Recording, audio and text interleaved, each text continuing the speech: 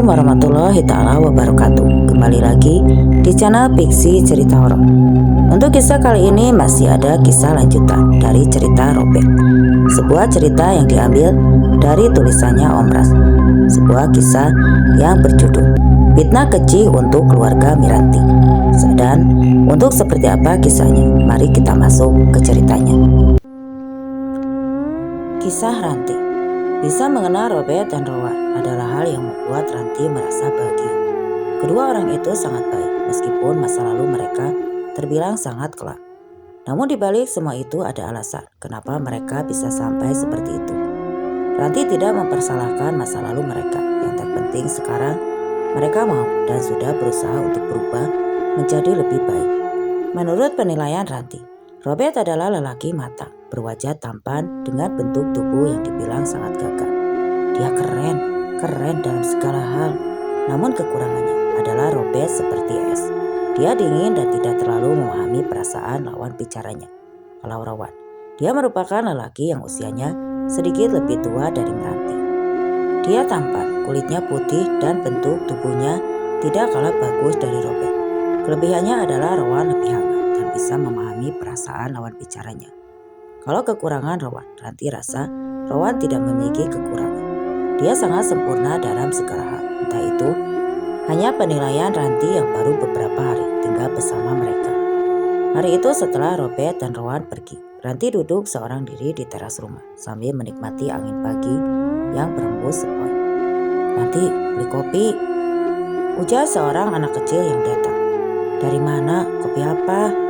Si anak memperlihatkan bekas bungkusan kopi instan yang dibawa dari rumahnya kepada Ranti. Melihat itu, Ranti beranjak dari duduknya. Dia membuka pintu warung dan mengambilkan kopi yang diinginkan oleh si anak. Setelah membayar, anak kecil itu pun pergi. Ranti lalu memutuskan untuk membuka semua pintu warung supaya orang tahu kalau warungnya itu sudah dibuka. Ayah dan ibu Ranti pergi ke pasar untuk membeli barang dagangan.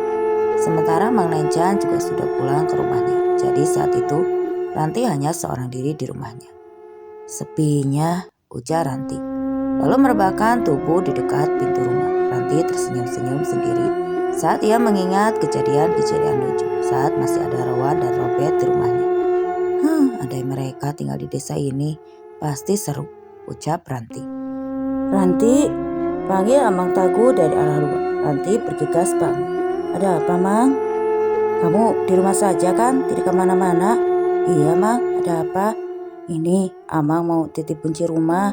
Amang sama bibimu mau ke ladang, mungkin lusa baru pulang. Nanti kalau As pulang, kamu kasih kuncinya ya." "Oh, iya, Mang." Ranti mengangguk lagi. Ia menerima kunci yang diberikan oleh Amang Tagu, lalu menyimpannya. Setelah Amang Tagu pergi, Ranti kembali merebahkan tubuhnya di lantai. Di tangannya terdapat sebuah buku novel percintaan. Sesaat setelah membaca buku itu, di luar terdengar suara pembeli yang memanggil-manggilnya. Mau tidak mau, Ranti pun kembali menghentikan aktivitas membacanya.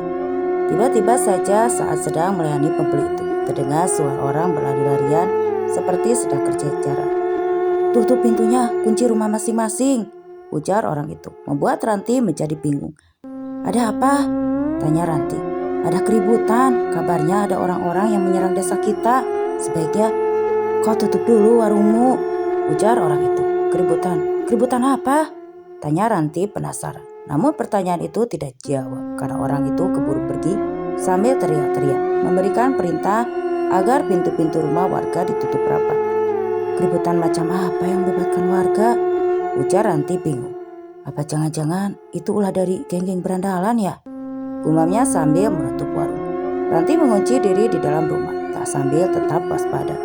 Dia takut kalau orang yang katanya akan menyerang desa mereka tiba-tiba saja datang dan mengamuk di rumahnya. Apalagi saat itu orang tua dan juga kakaknya sedang berada di luar. Namun hingga sore harinya tidak ada juga tanda-tanda kedatangan orang-orang yang akan menyerang desa. Kayaknya mereka tidak jadi melakukan penyerangan ke desa kita," ujar Ranti pada perempuan yang bergaun merah. "Tidurlah Ranti, biar aku yang menjagamu," ujar perempuan bergaun merah itu. "Terima kasih," ujar Ranti. Beralih pada Rustam dan Lia yang saat itu sedang berada di rumah tantenya Ranti yang tinggal di kecamatan. Sengaja kami menginap di sini karena si Ranti itu pesan kue cucur itu loh. Kue cucur yang biasanya jualan di dekat toko sembako itu, ujar Nia pada iparnya itu. Oh, Cutati, itu kan? Iya, cucur buatannya emang enak. Tiba-tiba saja terdengar suara orang memanggil-manggil Maranti. Maranti, Cu, Maranti, ujar suara orang itu dari arah pintu luar rumah Rustam, yang saat itu sedang rebahan langsung beranjak saat mendengar ada orang yang memanggil nama anak. Saat pintu dibuka, terlihat Rion berdiri gemetar dengan wajah yang pucat. Rion, kamu kenapa? Tanya tantenya Ranti bertanya. Merantinya ada, Cuk. Saya mau minta tolong. Meranti tidak ikut, Nak. Memangnya kamu mau minta tolong apa? Ujar Pak Rustam. Paman saya sakit sudah 2 hari, perutnya juga bengkak. Dan tadi beliau muntah darah banyak sekali. Ujar Rion dengan suara bergetar. Waduh, Meranti ada di kampung. Dia tidak ikut kami ke sini. Tapi Amang bisa menjemput Meranti untukmu. Ujar Rustam. Saya saja jemput Meranti, Mang. Kebetulan saya bawa motor. Kalau lewat sungai pasti lama kan? Tapi apa kamu bisa menjemput Meranti sendirian? Amang takut kamu tidak fokus. Nanti di jalan bisa berbahaya untuk kalian berdua. Bisa, Mang, bisa. Ya udah, Mang, saya berangkat dulu. Ucap Rion cepat. Rion ini yang dulu mengantar Ranti pulang saat kakaknya sakit waktu itu. Ujar tantenya Ranti. Akhirnya Rustam pun mengaku dan memperbolehkan Rion untuk menjemput Meranti. Setelah mendapatkan izin, Rion lantas berpamitan. Ia melanjutkan sepeda motornya menuju pelabuhan.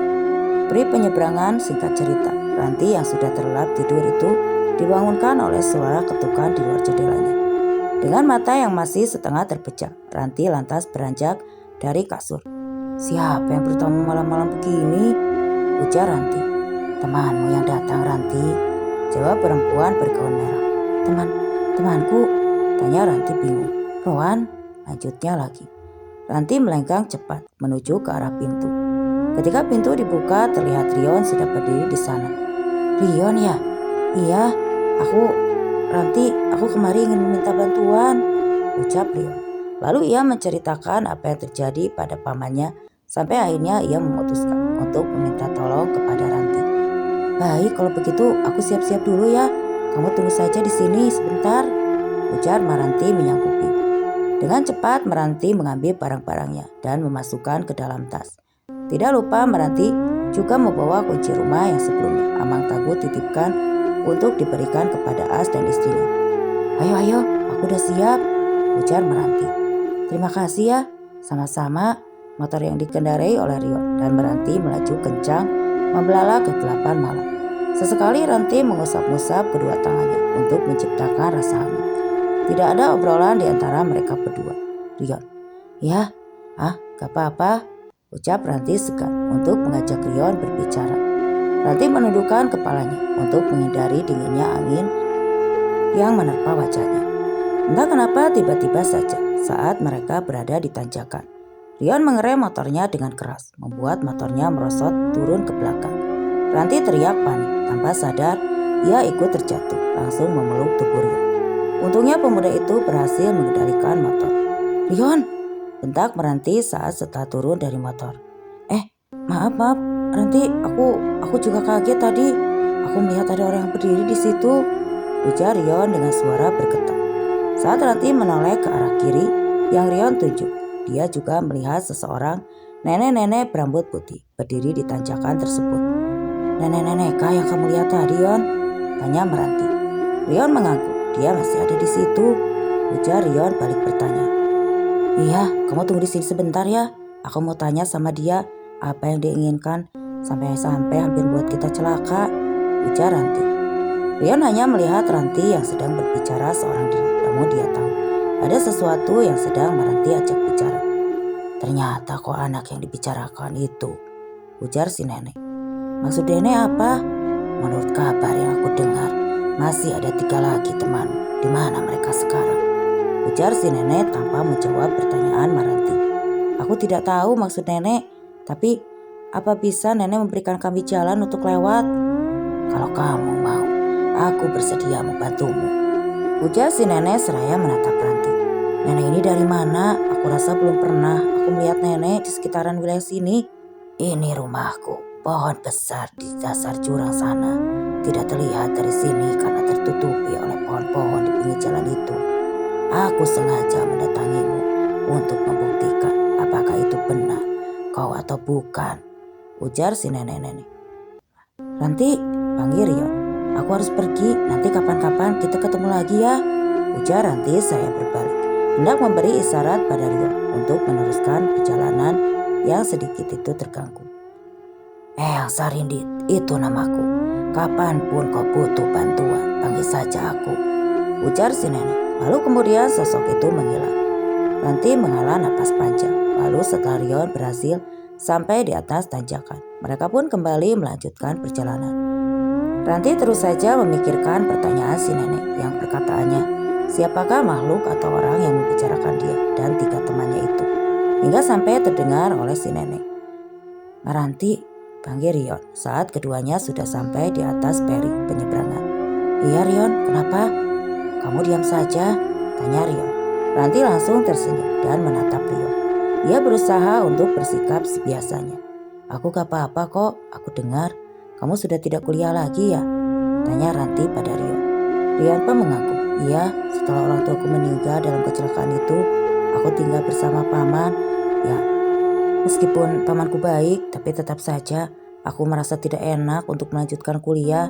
Yang mana namanya menumpang, kita kan harus sadar, betul tidak? Ranti mengusap pelan punggung Rio. Kata yang lain, kamu sudah kerja sekarang.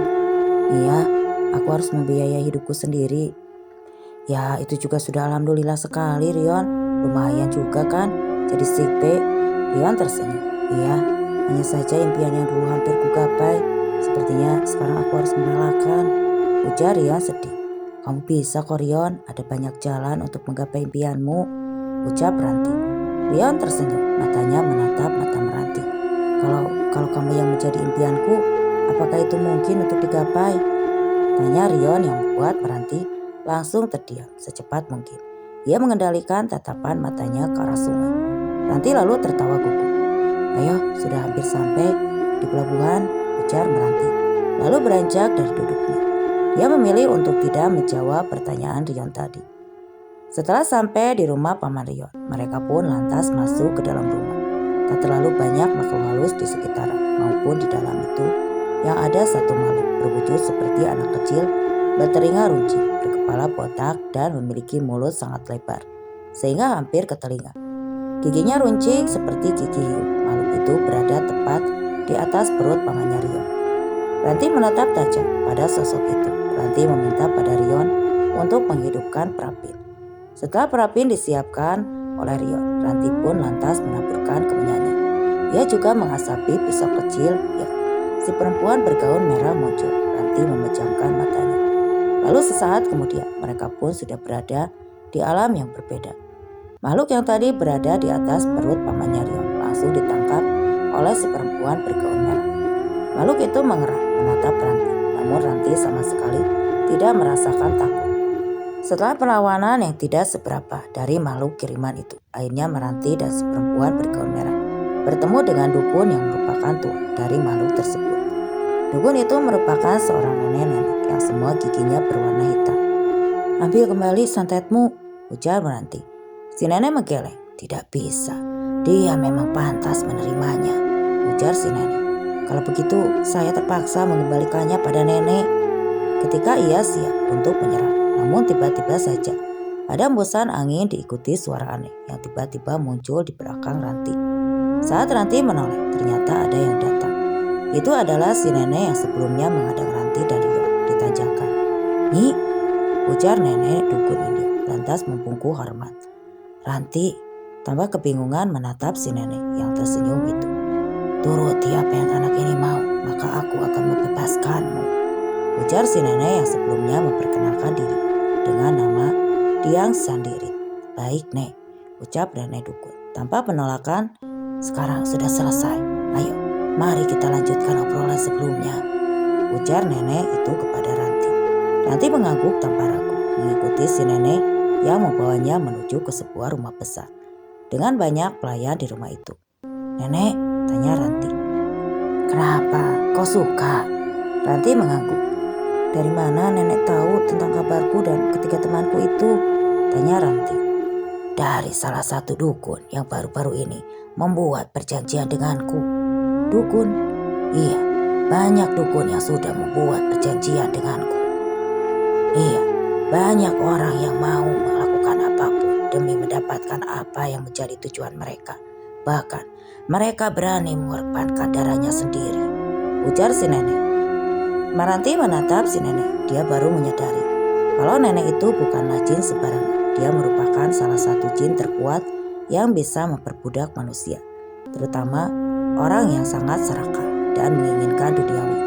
Tiba-tiba saja si nenek tertawa. Apa yang sebenarnya nenek mau dariku?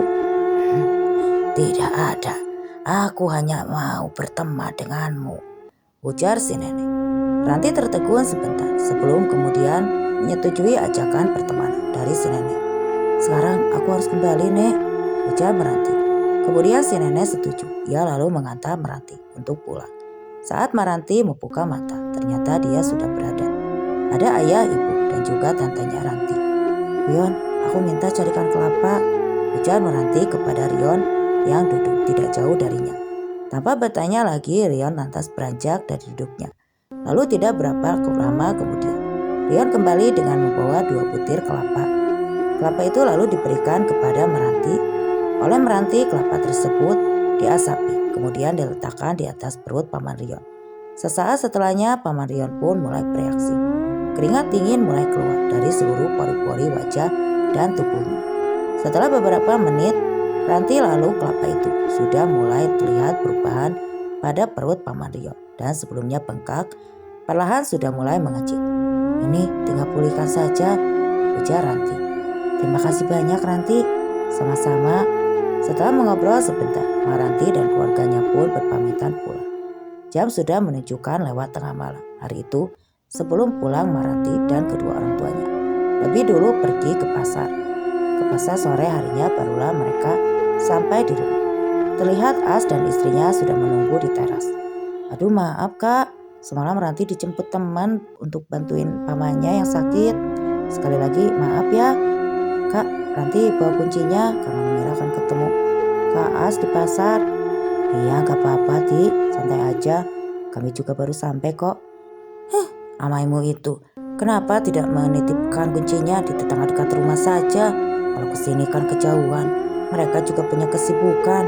Untung kita gak jadi pulang tadi malam. Coba kalau kita pulang malam, pasti kita sudah tidur di teras sampai sore nunggu kuncinya, ujar istrinya As dengan nada ketus. Maaf ya kak. Gak apa-apa, jangan diambil hati ya, ucap As sambil tersenyum. Sejak kejadian di pesta pernikahan itu, istri As memang berubah pada Ranti. Mungkin dia menganggap semua kejadian buruk yang terjadi di pernikahannya itu karena ulah Maranti yang terkenal memiliki banyak teman gaib. Ranti menghela napas panjang. Ma, yang ini disusun atau biar di dalam kotak? Tanya Ranti. Sudah, biarkan di dalam kotak saja dulu, Ti. Kamu susun yang ini saja ya. Hari-hari berlalu, tidak ada yang istimewa.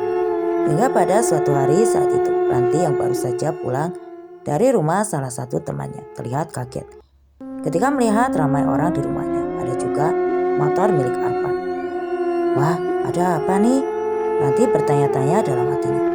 Assalamualaikum, ucap Ranti pelan. Matanya tertuju pada sang ayah yang saat itu sedang duduk bersandar di dekat pintu rumah. Ranti, ayo masuk, ujar Rustam dengan sopan. Ranti masuk dan duduk di samping sang ayah. Ada apa, Bah? Bisik Ranti. Arpan, dia ingin melamarmu, jawab Rustam dengan nada yang santai. Mata Ranti langsung melotot, beralih ke arah Arpan yang terlihat menundukkan kepala. Iya Ranti, benar. Apa yang dikatakan oleh abahmu itu. Kami datang ke sini untuk melamarmu, kata abahmu tadi. Kami disuruh menanyakannya langsung padamu, ujar ayahnya Arpan. Yang membuat Ranti semakin melongo. Kalau Abah sama Mama ikut bagaimana kamu saja ya. Ranti, kalau kamu memang setuju, Abah dan Mama juga setuju. Tapi kalau kamu tidak setuju, ya kami tidak akan memaksa, ujar Rustam seraya menatap lembut pada anak gadisnya itu. Itu Pak, Ranti belum siap. Ranti ingin Kak Awang yang menikah lebih dulu supaya tidak ada pelangkahan, kata Ranti pelan. Halangan itu adalah kalau adiknya menikah terlebih dahulu. Menikah maka kakaknya dipercaya akan sulit untuk mendapatkan jodoh yang lebih parahnya, bisa melajang sampai tua. Masalah palengahan mah itu bisa kita akali Ranti, gampang saja itu, ujar ibunya Arpan. Ranti tertegun sebentar. Maaf Cu, Mang, Pan, tapi Ranti pribadi memang belum siap untuk menikah. Ranti ingin menikmati hidup sendiri dulu, lagi pula Ranti masih terlalu muda. Takutnya Ranti tidak bisa menjadi istri yang baik untuk Arpan. Karena dunia pernikahan itu kan bukannya tentang dua orang yang hidup bersama dalam satu atap. Masih ada banyak hal yang perlu Ranti pelajari tentang dunia pernikahan. Sebab Ranti hanya ingin menikah sekali saja untuk selamanya. Sekali lagi, Ranti mohon maaf yang sebesar-besarnya ya kepada Amang, Ucu, dan juga Arpan atas ketidaksiapan dan ketidaksopanan ini, ucap Ranti pelan. Raut wajah Arpan dan keluarganya terlihat langsung berubah. Ada kekecewaan dan juga kemarahan yang terlihat sangat jelas. Mereka semua menundukkan tatapan mata dengan Arpan dan kedua orang tuanya itu. Ya sudah Rus, kalau begitu kami pulang dulu, ujar ayahnya Arpan seraya beranjak dari duduknya. Saat para tamunya itu keluar, Ranti langsung masuk ke dalam kamar. Ranti, ya, kamu jangan terlalu dipikirkannya. Kamu punya hak untuk menolak apapun hal yang membuat kamu tidak nyaman, ujar Nia seraya duduk di dekat anak gadisnya itu. Ranti hanya takut kalau penolakan Ranti tadi membuat mereka marah lalu memusuhi mama dan abah, ucap Ranti pelan. Kalau pemikiran mereka dewasa, maka mereka pasti akan memahami maksud dari perkataanmu tadi, ujar Nia sambil mengelus rambut Ranti. Makasih ya Mak. Ranti lalu memeluk ibunya dengan erat. Kalau boleh tahu, memangnya Ranti pacaran kah sama Arpan itu? Kenapa dia nekat datang melamar kamu? Tanya Nia. Enggak Ma, Ranti sama Kak Arpan itu cuma teman. Lagi pula Ranti memang belum pernah punya pacar, jawab Ranti cepat. Tapi pasti ada kan laki-laki yang Ranti suka? Tanya Nia dengan bibir tersenyum. Ranti mengangguk malu-malu. Siapa dia? Tanya Nia. Kamu itu seperti tidak tahu saja.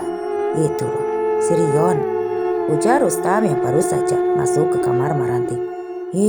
Abah, kok Rion kok? Rion itu sahabat Ranti. Jangan-jangan si Robert atau si Rowan ya? Ranti menyilangkan tangannya di dada. Raut wajahnya tampak cemberut saat mendengar perkataan ayahnya. Masa Robert sih? Ujar ibunya. Ya tidak apa-apa, walau usia sejauh di atas Ranti.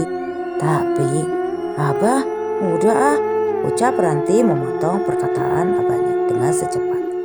Bukan dia, ujar Ranti. Oh, kalau begitu pasti si Rowan kan? Ujar ayahnya lagi, membuat Ranti tertawa. Ranti langsung mendorong pelan tubuh sang ayah agar keluar dari kamarnya. Nah, lihat-lihat wajah anakmu memerah. Iya, ini pasti si Rowan. Lagi-lagi Rustam menggoda Ranti yang sudah hampir menangis karena malu. Sudah, Abah, kamu ini, tegur Nia pada suaminya yang tampak semakin bersemangat menggoda anak gadis mereka. Itu setelah orang tuanya keluar, Ranti pun langsung menutup pintu kamarnya. Lalu ia membenamkan wajahnya di bantal. Sesaat kemudian ia membalikkan badannya, bibirnya tampak tersenyum. Hari itu sepulangnya Ranti dari warung bakso bersama teman-temannya. Terlihat di teras rumah sudah ada Awang, kakaknya yang baru saja pulang ke rumah.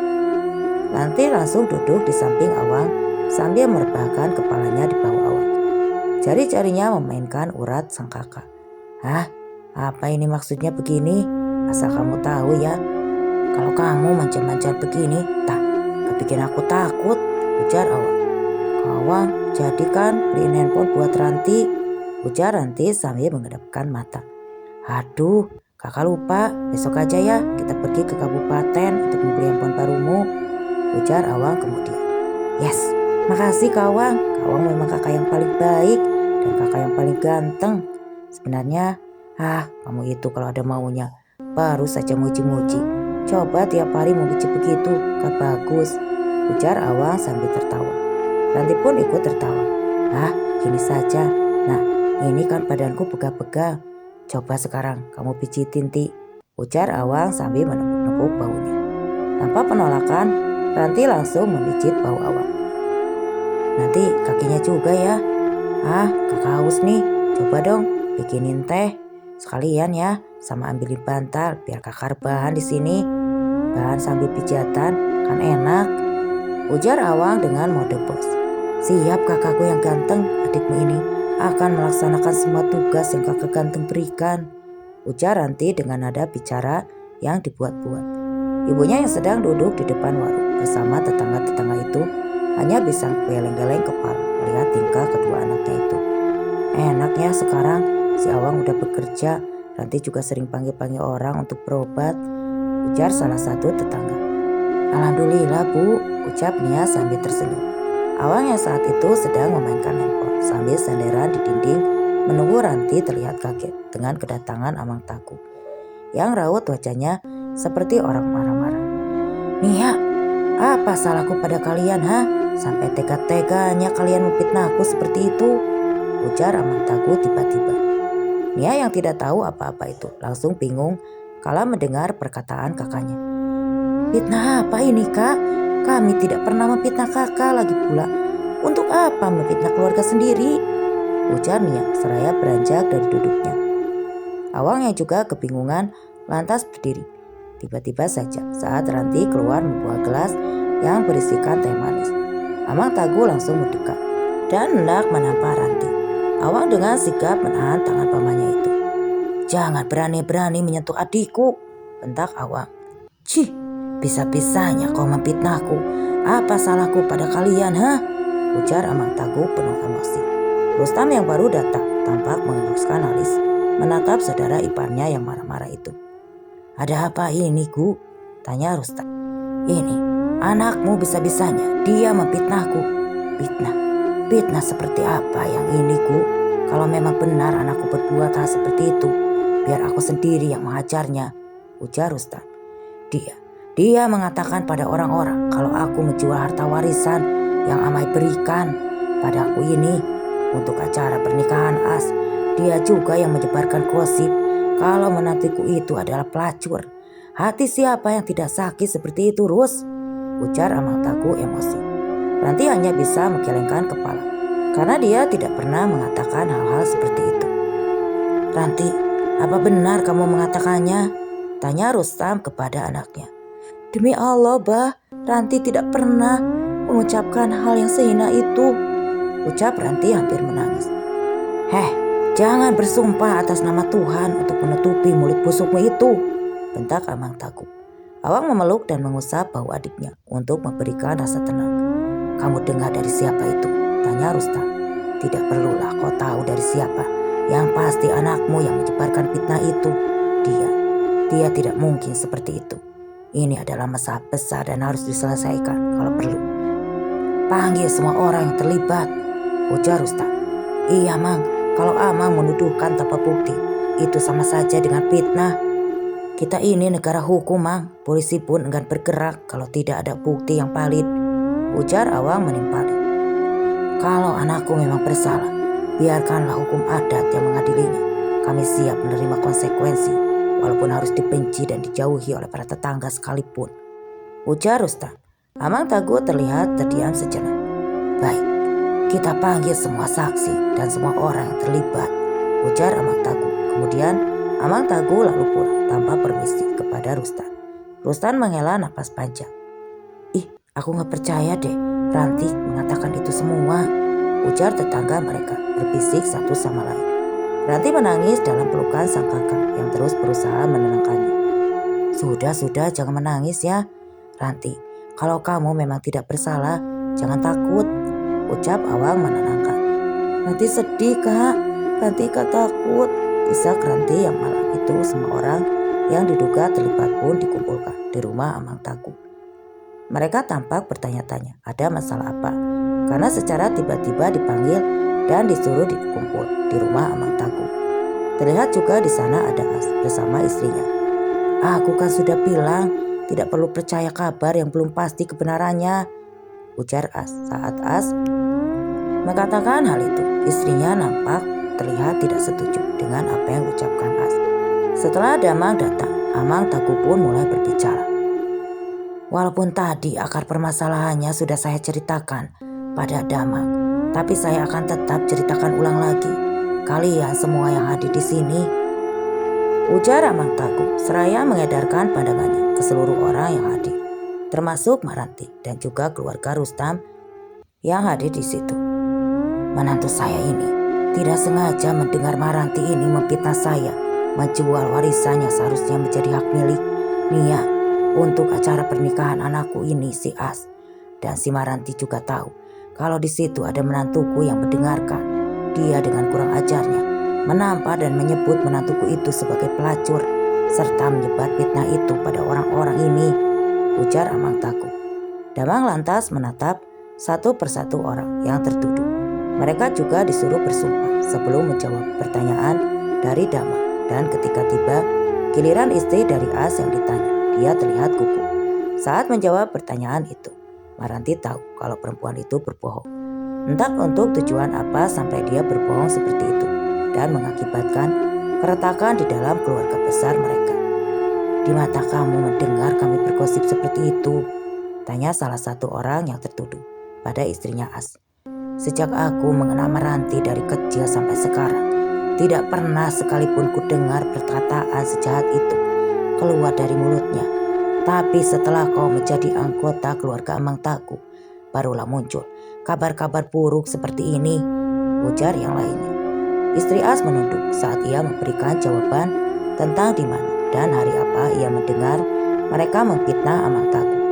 Beberapa orang tertuduh menyangkal. Mereka mengatakan bahwa saat hari di mana mereka dituduh bergosip itu, mereka sedang tidak bersama Maranti, dan alibi mereka sangat kuat karena dibuktikan oleh kesaksian orang-orang yang bersama mereka pada hari itu.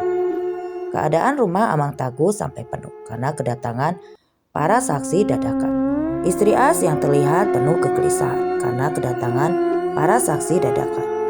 Terlihat dari acara duduknya dan juga wajahnya yang terlalu menduduk. Lalu tiba-tiba saja ia berteriak-teriak histeris seperti orang kesurupan. Namun Maranti tahu kalau itu hanya pura-pura karena Maranti sama sekali tidak melihat adanya kehadiran makhluk halus di rumah itu. Kurasa ini adalah kesalahpahaman. Aku sebaiknya selesaikan secara kekeluargaan, ujar Damang seraya beranjak berdiri.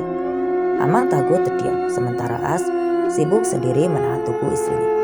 Satu persatu orang yang tertuduh dan saksi mereka keluar dari rumah itu dengan diiringi umpatan-umpatan kesal karena sudah dituduh tanpa adanya bukti. Kakak tidak perlu berpura-pura seperti itu untuk menghindari pertanyaan dan membuang rasa malu karena sudah menuduh tanpa bukti, ujar Ranti pada istrinya As yang masih berpura-pura kesurupan. Keluarga Rustam lalu keluar dari rumah Amang Tangguh. Hah, kau kira perempuan baik-baik, ternyata suka memfitnah, ujar Awang yang tidak menyangka dengan kelakuan istrinya As. Sudahlah kak, lupain aja. Yang penting sekarang Ranti terbukti tidak bersalah. Itu sudah cukup, ucap Ranti sambil tersenyum. Coba kamu suruh temanmu ngerjain dia, biar tahu rasa dia, ujar Awang. Awang, jangan menyuruh yang tidak-tidak, tegur Nia. Yang namanya juga manusia, wajar saja kalau pernah berbuat salah. Mungkin saat itu dia hilaf dan kita janganlah sampai menghakiminya, ujar Rustam. Awang dan Ranti mengangguk. Keesokan harinya pagi-pagi sekali, Ranti sudah siap-siap untuk pergi bersama kakaknya ke kecamatan. Sementara Awang sedang memanaskan sepeda motornya di depan rumah.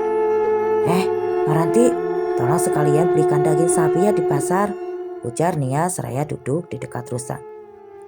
Iya, abah mau nitip apa? Tanya Awang pada ayahnya. Cemilan-cemilan saja Wang, kalau ada kue-kue star sama putri malu ya, ujar Rustam. Kue, apa itu mah? Tanya Awang bingung. Itu loh kue nastar sama putri salju, ujarnya melarat perkataan. Cantiknya adikku ini, ujar Awang menatap Maranti dari atas hingga ke bawah. Maranti mengenakan celana jeans berwarna denim dengan atasan merah muda dan tas lempang berwarna hitam. Rambutnya yang panjang tergerak dengan sangat indah. Yuk, ajak Ranti pada kakaknya itu. Lalu mereka berdua pun bersalaman pada ayah dan ibu. Saat sedang bersalaman itu, tiba-tiba saja terlihat Amang Taku datang bersama istrinya, As dan juga menantu mereka. Terlihat jelas penyesalan di wajah Amang Taku. "Ayo Ti," ajak Awang seraya menarik tangan adiknya itu untuk segera pergi. Namun ditahan oleh Rustam. "Rus, Nia, Awang, Maranti, Amang datang ke sini ingin meminta maaf pada kalian semua," ucap Amang Taku seraya bersimpuh. Rustam dan Ranti langsung menahan tubuh Amang Taku. Sementara Nia dan Awang hanya memperhatikan begitu juga dengan istrinya As dan hanya menundukkan kepala. "Tidak apa-apa, Mang. Ranti juga sudah memaafkan semuanya. Amang tidak perlu meminta maaf sampai seperti ini," ucap Ranti pelan. "Iya, kami semua sudah memaafkan. Tidak ada sedikit pun rasa dendam di hati kami pada kalian," kata Rustam. Seharusnya aku tidak mudah percaya," ucap Amang Taku penuh penyesalan. "Sudahlah, tidak perlu dibahas lagi. Kita anggap semuanya sebagai kesalahpahaman saja," ujar Rustam setelah bermaaf-maafan. Awang dan Ranti lantas berpamitan untuk berangkat ke kabupaten. "Alhamdulillah ya Kak," ucap Ranti. "Ya, semoga saja dia benar-benar sadar," kata Awang. Ranti benar-benar menikmati perjalanan hari itu. "Kak, nanti mampir ke toko buku ya," kata Meranti ketika mereka sudah tiba di kabupaten. Saat akan menuju toko handphone, tanpa sengaja Ranti melihat seorang perempuan yang sedang dipapa oleh dua orang yang menarik perhatian Ranti. Makhluk halus berwujud perempuan dengan tubuh kurus berambut panjang dan memiliki kuku-kuku runcing yang sedang mengikuti perempuan itu. "Kak, bisa berhenti sebentar?" tanya Ranti tanpa bertanya. Awang lantas menepikan sepeda motornya, membiarkan Ranti turun dan mengejar ketiga orang. Entah siapa, Awang pun tidak tahu. "Permisi Bu," ucap Ranti. "Iya, ada apa?" tanya orang itu. "Maaf kalau saya lancang. Kakak ini sedang sakit kah?" "Iya nak, kamu benar. Anakku ini sedang sakit. Sudah 4 bulan seperti ini," ujar ibu itu. Bu, boleh saya pegang gak kakinya sebentar?" tanya Meranti. Boleh, ayo," jawab si ibu dengan cepat. Mereka pun duduk di depan warung yang saat itu sedang tutup. Ranti memejamkan matanya sambil menyentuh tangan perempuan itu. Sesaat kemudian, potongan-potongan bayangan mulai bermunculan. Ranti membuka matanya. Dia menatap perempuan itu dengan rasa iba. "Kakak ini sudah terkena guna-guna. Kalau ibu mau, ibu bisa membawa kakak ini ke tempat teman saya. Mungkin mereka bisa membantu kakak ini," ujar Maranti pelan. "Iya benar, beberapa orang pernah mencoba membantu anakku ini. Memang mengatakan kalau dia ini terkena guna-guna. Jadi, di mana alamat rumah temanmu itu, Nak? Kami akan segera membawanya ke sana," ujar si ibu. Ranti membuka tasnya dan mengeluarkan pulpen serta buku diarinya. Dia menuliskan alamat desa Robert dan memberikannya selembar kertas berisikan alamat itu pada si ibu. Setelah berbasa-basi sebentar, Ranti pun berpamitan untuk melanjutkan perjalanannya. "Ada apanya?" Awang bertanya. "Kakak-kakak itu dia sakit Kak. Melihat ada makhluk halus kiriman yang terus mengikutinya," jawab Ranti lalu naik ke atas motor. "Kamu buat takut ha? Kalau dikira bohong, nyamperin orang tiba-tiba begitu saja?" tanya Awang. "Enggak kan, Ranti niatnya bantu. Kalau mereka tidak mau ya enggak masalah. Yang penting kan nanti sudah mengatakan hal yang sebenarnya sama mereka." Selesai membelikan handphone, daging, buku, dan juga cemilan pesan ayah ibunya. Kedua kakak beradik itu pun mampir dulu di warung makan di pinggir jalan. Mereka memutuskan untuk makan dulu sebelum pulang, karena perjalanan mereka masih cukup jauh. "Kak, beli martabak ya?" "Ah, tadi kan kamu sudah beli macam-macam. Nanti sampai di rumah gak kemakan kan? Sayang, nanti makannya."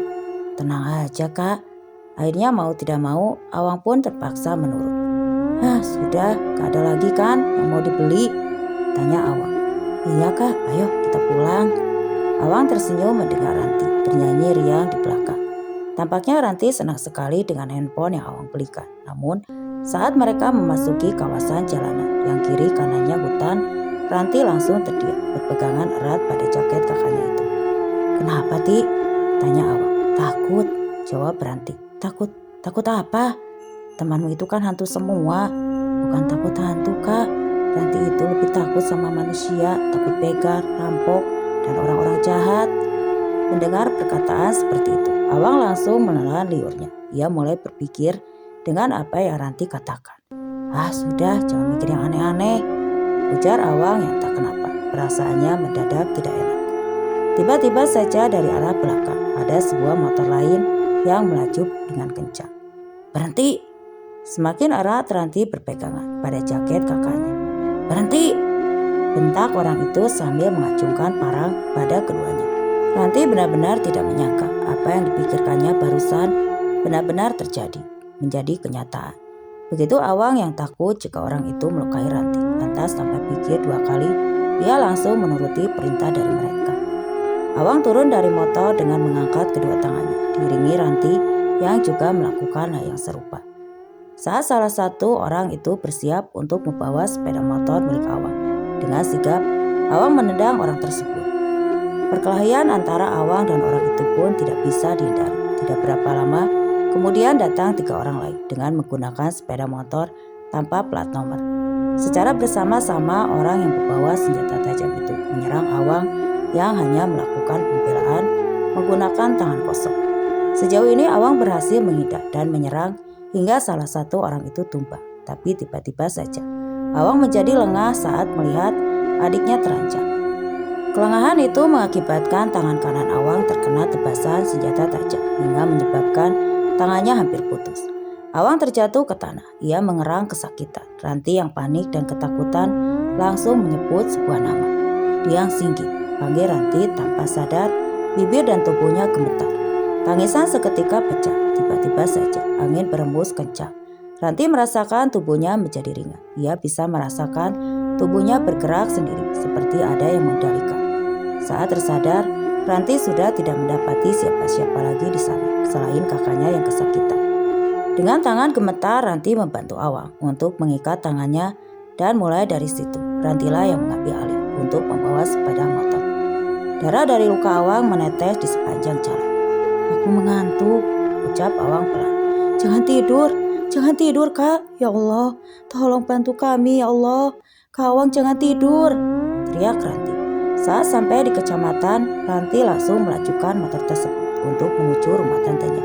Tante dan pamannya kaget sekaligus panik saat melihat Awang yang terluka seperti itu. Wajahnya sudah pucat, namun untungnya Awang masih sadar. Awang langsung dibaringkan di halaman rumah dan tidak lama kemudian datanglah seorang kakek-kakek. Kata sang paman, beliau adalah pemilik minyak bintang di desa itu.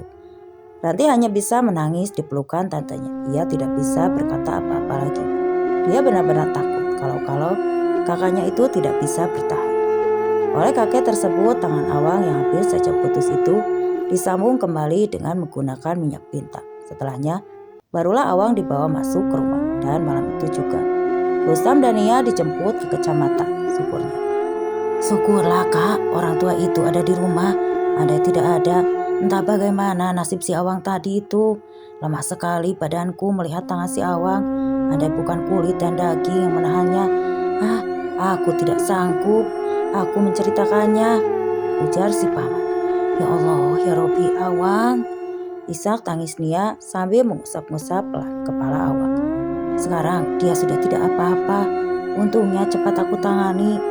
Khawatir tangannya itu tidak akan bisa tersambung kembali seperti sedia kala. Orang yang kecelakaan saja, yang parah sampai batok kepalanya hancur pun bisa selamat dengan minyak bintang ini. Apalagi anakmu cuma tangannya saja yang hampir putus, ujar si kakek. Dan intinya Rustam berterima kasih kepada si kakek. Jalanan menuju kabupaten itu sekarang memang berbahaya. Begal-begal itu kalau sampai kena tangkap orang kampung, lebih baik langsung dihabisi saja, ujar si kakek. Kemarin suaminya Pitra yang kena motornya habis dibawa begal, lanjut kakek bercerita. Hari-hari berlalu, Awang hanya disuruh untuk full istirahat. Padahal ia sudah bisa makan sendiri dan berganti pakaian sendiri. Maranti sampai takjub karena apa yang dikatakan oleh si kakek benar adanya. Tangan Awang sembuh tanpa cacat dengan cepat, bahkan menurut Awang sudah tidak ada lagi rasa sakit di tangannya. Mak, aku tidak bakal jadi hantu kan Mak? Tanya Hawang hari itu setelah mengetahui kalau dirinya sembuh berkat minyak bintang. Dan cerita pun selesai.